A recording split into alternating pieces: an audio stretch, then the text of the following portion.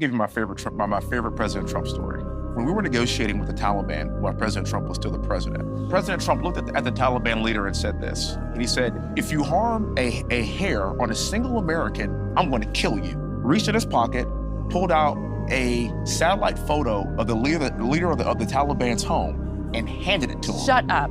Got up and walked out the room.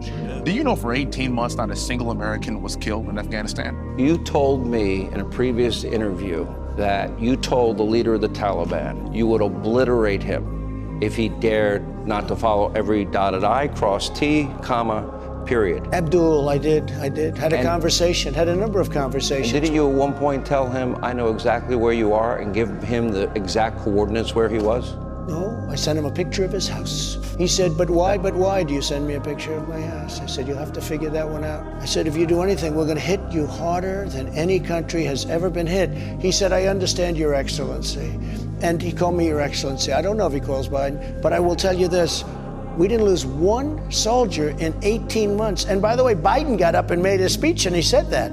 That's the definition of strength. That's what I'm talking about. And so you could imagine that kind of sentiment being around the world. If we have an embassy in another country, no one's going to touch it because they're going to be fearful that they'll get a Moab on their head. That's how President Trump rolls. This is the opposite of strength. This is the definition of weakness.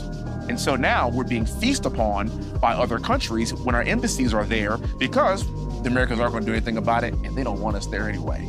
But the point of us having an embassy there and the point of us having sovereign American soul is to be able to keep an eye on the world to a certain extent, to have that presence. But you can't have that presence when we have feckless leadership.